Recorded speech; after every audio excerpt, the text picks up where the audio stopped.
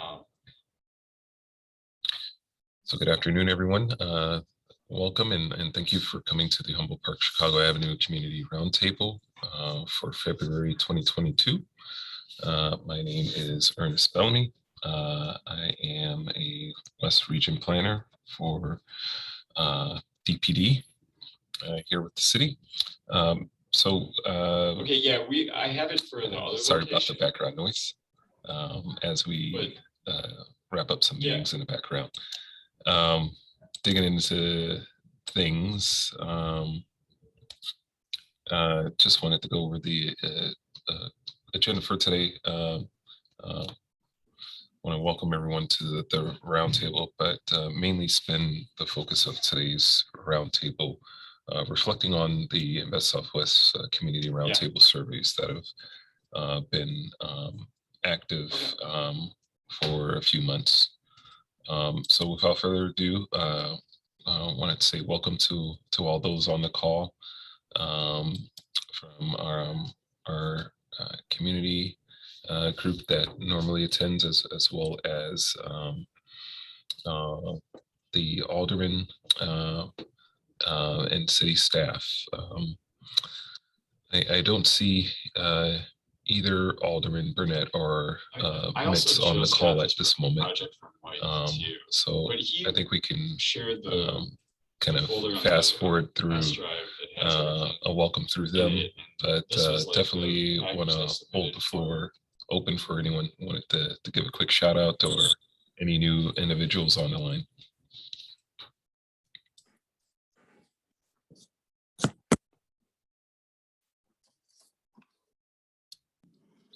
Keith, I'm not sure if you wanted to say something there, but just wanted to double check. No, I didn't have anything to say if that question was for me. Okay, no, not a problem at all. Well, welcome, Keith. It's good to always have you on the line, as well as everyone here.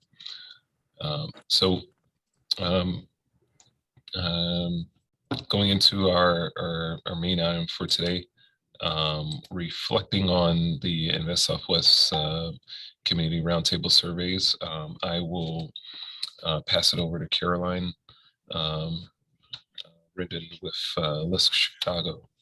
Caroline. Thanks, Ernest, and good afternoon, everyone. Happy to be here at your roundtable. So I'm going to give just a very quick presentation and overview of some data that we collected in a survey that many of you might have filled out. And then I'm going to pass it over to Ms. Claudette Baker, who's going to facilitate some more conversation about this. So just as a kind of big picture summary, we're looking at how the city can ensure that roundtables are a really productive and effective forum for community engagement. So we know there's a lot of changes and investments coming to the Chicago Avenue corridor, and want to make sure that there are ways for people who live and work and play on that corridor to have some input in how those things go. And so we've been doing these roundtables for almost 2 years now, and so it's a good time to sort of take a step back and reflect on what's going well and what we could improve about the roundtables. So LISC Chicago, where I work in partnership with DPD, we've developed this process for kind of evaluating roundtables and then adopting any changes that people want to see. So we started late last year with a survey. Again, many of you might have filled that out, and I'll be sharing some high-level results from that survey in a moment. And that was really just to kind of get the lay of the land, hear what people's feedback was, and identify some areas to really go deeper in this session. And then where we are now is a facilitated conversation with all of you. I hope that you'll all participate and share some of your ideas and concerns as we move forward. And then we want to actually make those changes. If this group is saying, hey, monthly meetings are too frequent or not frequent enough, then we want to actually make that change. And then later in the year, we'll reflect again. Did this work? Did this have the changes that we wish to see?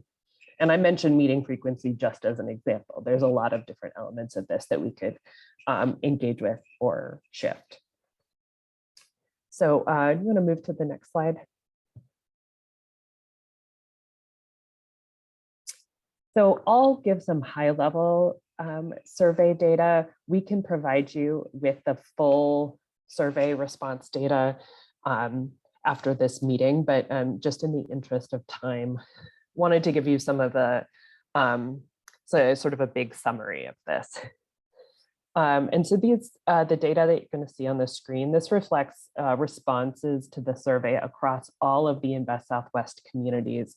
We had over 100 responses across these 12 corridors.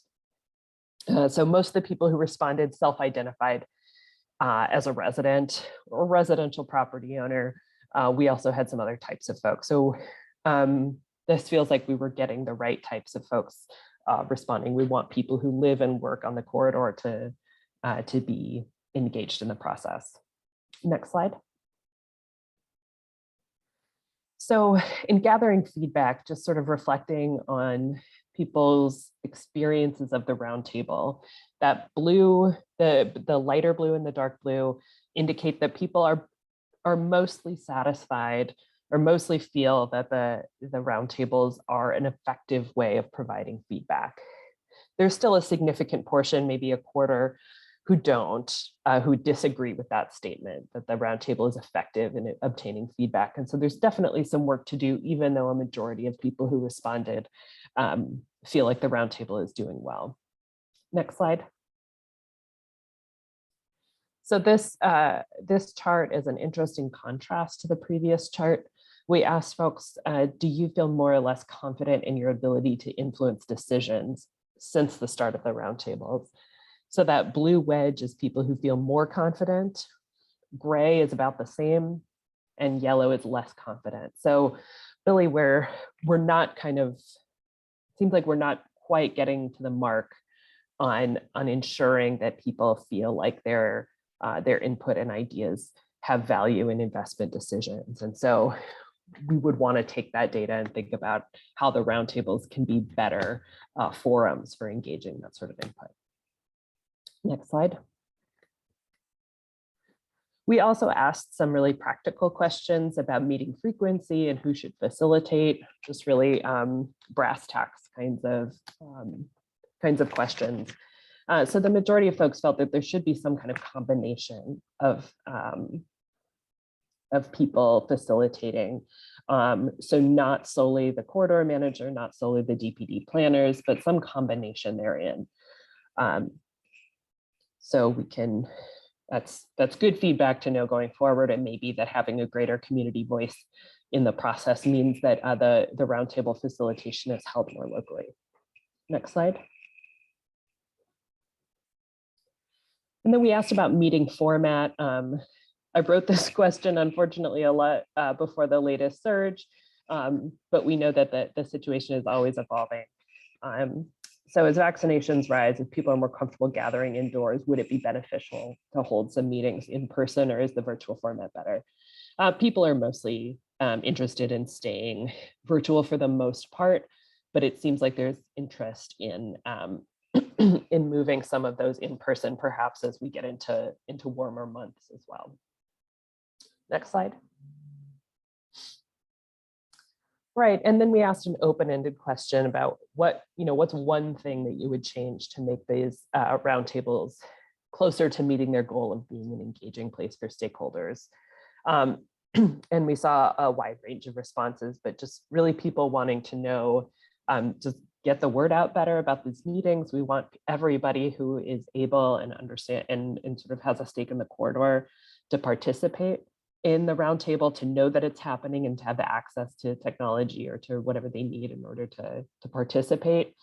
Transparency, clarity on expectations guidelines, and then sort of going back to one of those earlier pie charts, allowing the community more voice in shaping outcomes. So we have, this is again just a short summary. We can share the full data after this meeting. I wanted to sort of share that as we move into a conversation. I will pause here if there are any questions specific to the data before I turn it over to Claudette.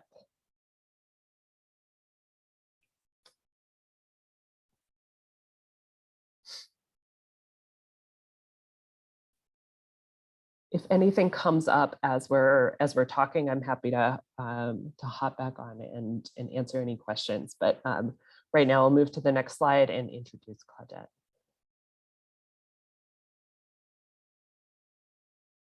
Take it from here. Good afternoon, everyone, and thanks for being here. At this point, we want to have a conversation and get some additional feedback from you about the results that were presented. And we ask that you open your mic, unmute yourself, raise your hand, use the chat. We will monitor and will respect the stack in the order that you wish to speak. And so to get us started, share with us what your initial thoughts are around the results that were presented. Hi, this is Adrian with Humboldt Park. Hi, Adrian.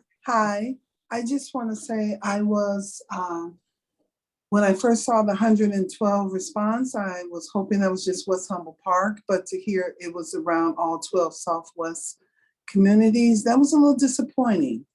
I know people on this call and the city and the agencies are doing all they can, and maybe it's a little bit of everything, the COVID and how people are feeling, but we have to figure a better way to get the community more engaged.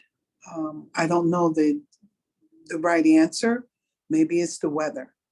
I think when the weather changes people, I'm just happier. But I found those numbers disappointing. Okay.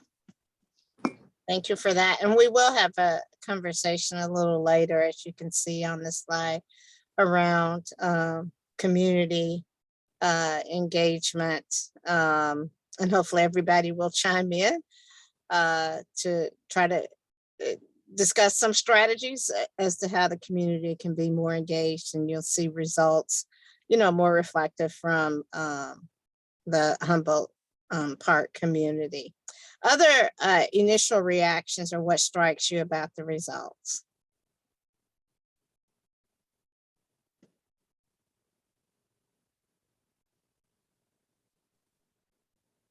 Hi, this is Nita. I'm West Humboldt Park community resident and work for neighborhood housing services. Is there a possible way that we can hold a meeting and then invite you to it? Like we have the once a month quarterly meeting the Development Council has. We have one of those meetings. Why don't we do that and invite the city there to talk more, to get more community engagement on the west side? Okay. Other thoughts about these results, other ideas of what should be included based on the questions that were asked?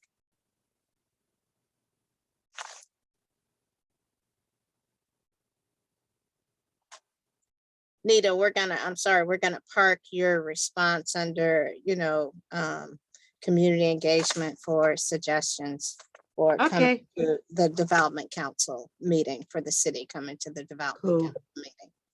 Thank you for that. Okay, I'm not hearing or seeing any hands around what strikes you about these results or ideas.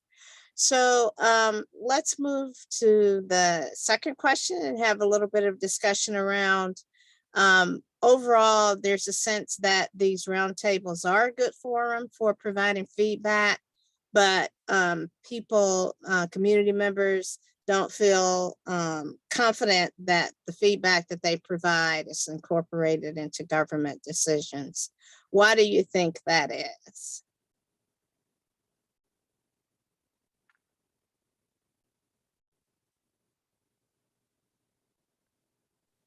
Nita again, I don't think there's enough residential community residents at the table to make the roundtable a good feedback. Yes. Not enough residents. Correct. I mean, it's about the community, so the residents should be a part of what's going on in the community. Not everybody, not all the business people in the area, but the residents too. Okay. Other thoughts around what would build confidence that the feedback being provided is being incorporated into decisions?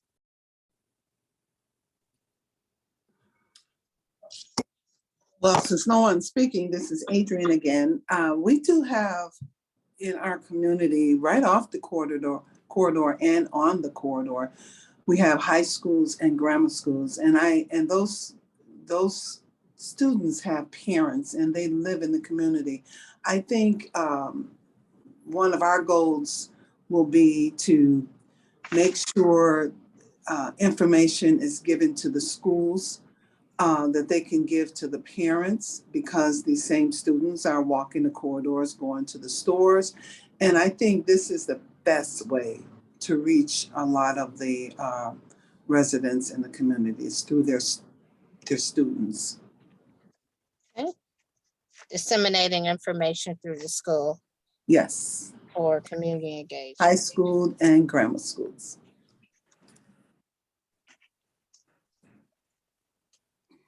Well, yeah, this is Keith Muhammad.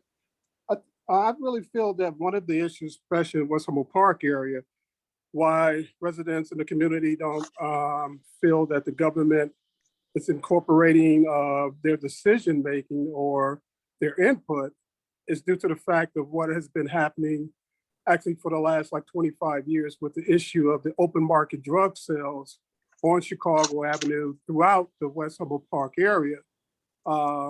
And this has been a challenge, and we, community members have been involved for a long period of time, including myself for, practically 30 years in trying to deal with this issue.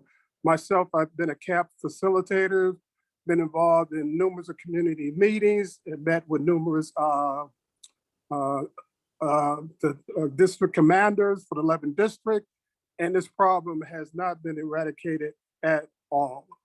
And I tell myself every day, I don't understand how open market drug sales can be going on consistently for 25 years, and it has not been dealt with by law enforcement and quote unquote the city elected officials.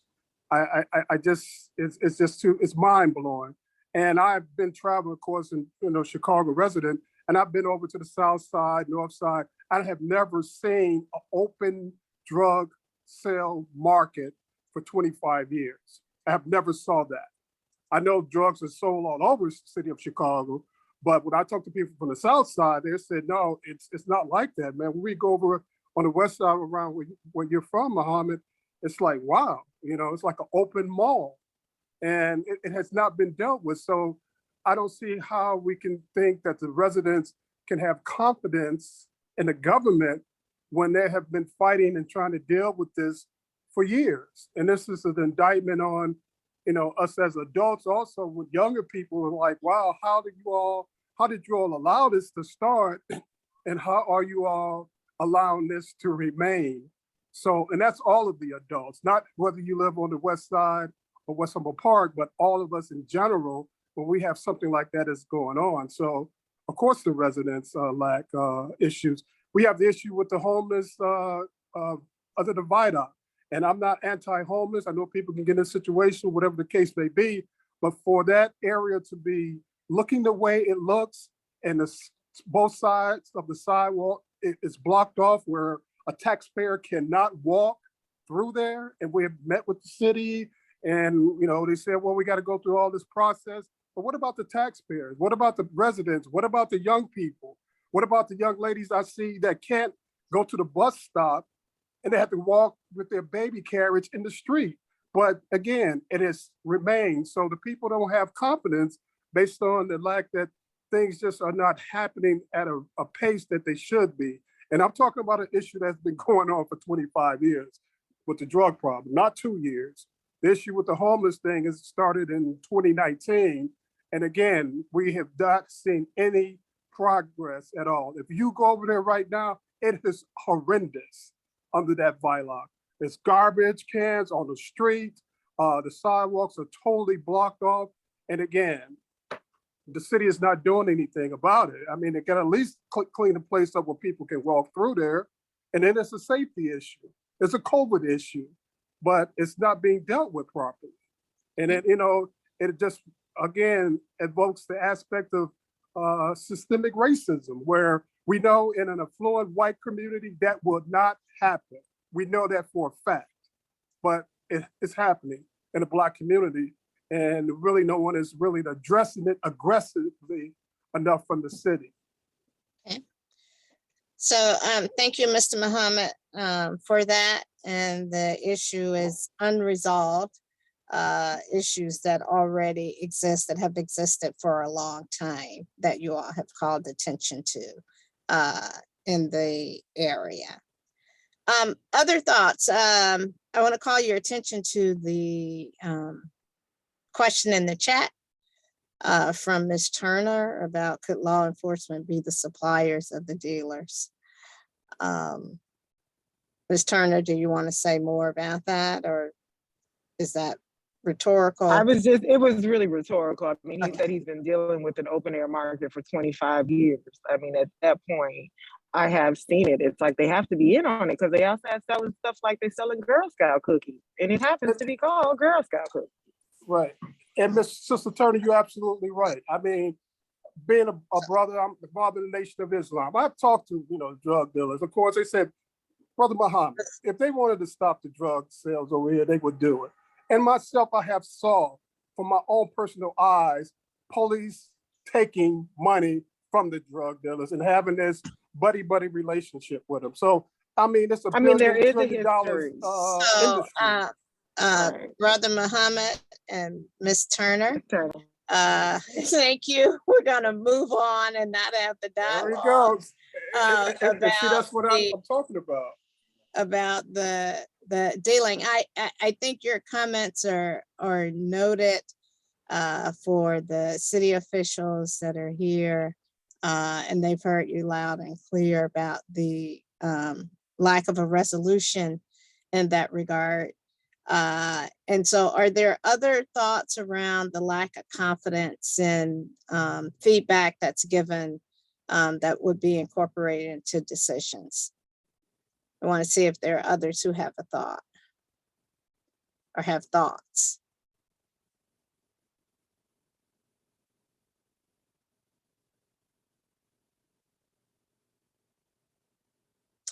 Okay, moving on, let's talk about community engagement and what would make this more effective for community engagement.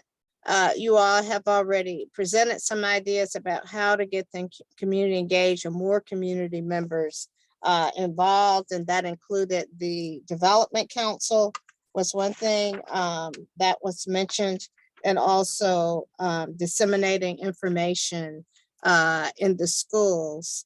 Other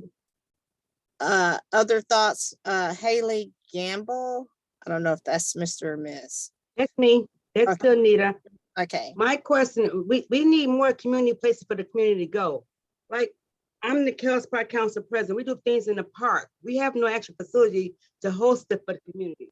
We do things other than here and there. We need more community places for community residents to go. We've been trying since 2008 when Kells Park Council started to have something for the community residents to be at, other than outside when we do events outside. Although our events outside are always safe and good, but it's cold. When the weather's not right, we can't be outside. So we need more places for the community residents to go. We've been arguing for the 714 Kizzy. It hasn't happened yet. That fire has been into since 1980. Work on that. Make it work. Make it happen so the community can have things to do. We have the Kelly Howard YMCA. We have the Salvation Army. We have them places, but we have nothing else. Nowhere for the community to go. Okay, so if I'm understanding you correctly, you are talking about locations for the community, not necessarily how the community is engaged in this forum for the roundtables. Is that correct? If we had a facility for them to go, we can have more things to be engaged in. Okay. We have programs and thoughts we want for the community to be involved in, but we have no place for them to do it at, other than outside. So we need something different. Okay, thank you. So again, what would make this more effective for community engagement? You will recall that there was the slide around how people wanted to meet, or meeting virtually or in person, shared. Are there other ways that the community, the forum could be more effective for getting the community engaged? This is Ellen with Roe Clark. So I think to Mohammed's point and Ms. Turner, I don't know if the community will ever truly be involved unless trust is built, and they've noted a few things that have not been taken care of, addressed, have gotten worse. And I really think that trust building and that mistrust, like, we won't get true community engagement until that is addressed.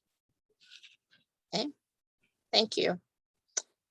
A lack of trust from the community with the interface interaction with the city. Good Other afternoon. thoughts? Yes. Good afternoon. This is Maurice Spears with the Children's Place Association. I'd like to echo Helen's comments and also Mr. Mohammed, Ms. Turner. I think, for me and some other conversations I've had is that this feels like a box that's being checked. So it can be reported back that we've had these discussions and we've asked these questions.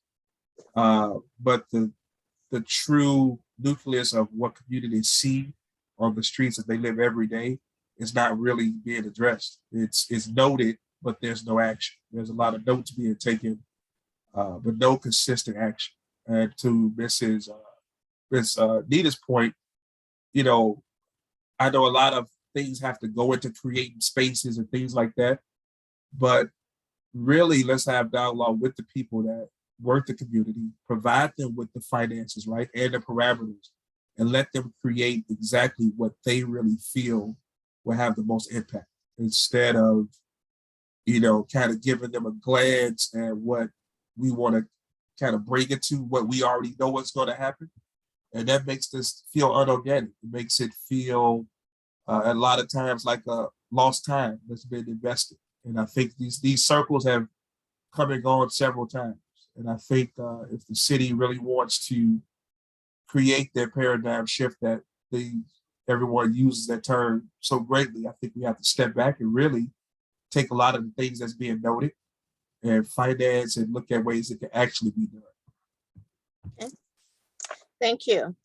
So for the city to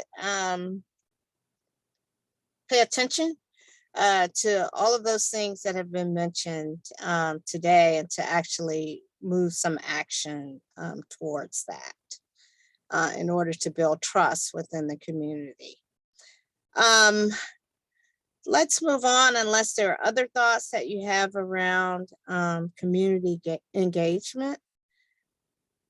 I'll pause just for a second.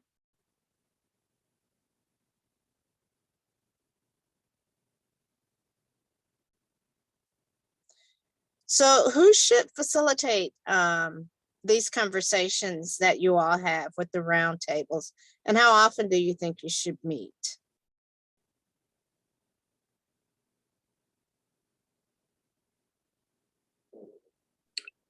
Well, this is Adrienne again. I think it was mentioned once, when there's so many meetings, people are not going to attend 4 or 5 meetings a month. And there's many meetings in all of my communities, and some of them are different. We have actually combined our SSA commissioners meeting with stakeholders meetings in order to eliminate so many. But we do have a monthly community and partners meetings where we want residents and businesses and everyone to come together on one term. And this would be a great platform for the roundtables. The difference is it is in the evening, but you have a large number of various people on the call, and you can get some real feedback from those that are active in the community. Okay. So your suggestion, Adrienne, is to incorporate the roundtable into a meeting that already exists that attracts a large number of community people. Is that correct? Yes. Okay. All right. Thank you. other ideas?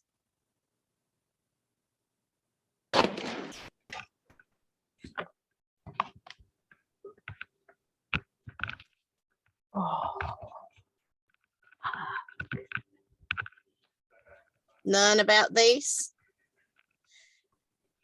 So what else would you like to share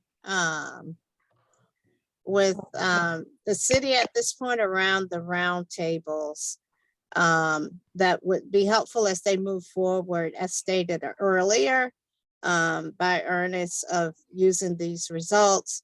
The city will, take a look at them, figure out what can be done, certainly continue communicating with you all. So are there other thoughts that you have about the roundtables that perhaps you want to share that has not been discussed in terms of its effectiveness and what would get people connected?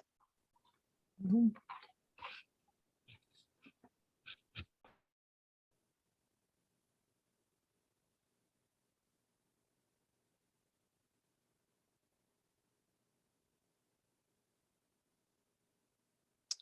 Okay, not hearing any, I will turn it back over to Ernest. Thank you, Claudette. Much appreciated your work helping to facilitate this discussion. And thank you to everyone on the call and the meeting for providing your feedback to these questions here and adding to a vibrant discussion this afternoon. So we'll definitely take the feedback we've heard here and work on it internally of how we can kind of work to strengthen the roundtables going forward into the future. We're conducting similarly in our other roundtables across the city and our different West Southwest neighborhoods to really gauge this feedback and help us point forward better. So lastly, I kind of wanted to go over items for next month. Per last month's presentation on the Chicago Recovery Grant, there was a second round of deadline that is coming up on March 10th. And our next community roundtable is March 23rd, where we should hear of at least one development opportunity that is coming to the corridor. Maybe we will hear two, but we're still working out the logistics at this moment in time. So that is pretty much it for today. I'll hold space if anyone wanted to add anything to the tail end, as well as any items Adrian or Nefertari would like to bring up for West Humboldt Park Development Council. No, I don't have any, thanks. Thanks, Adrian. Okay, well, thank you all again for joining today. Really appreciate it and really appreciate the discussion we've had today and really having that dialogue and that feedback from everyone.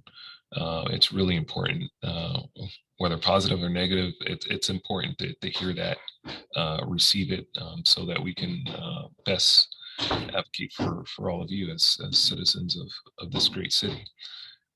So thank you, and we will see you again next month. Thanks, bye.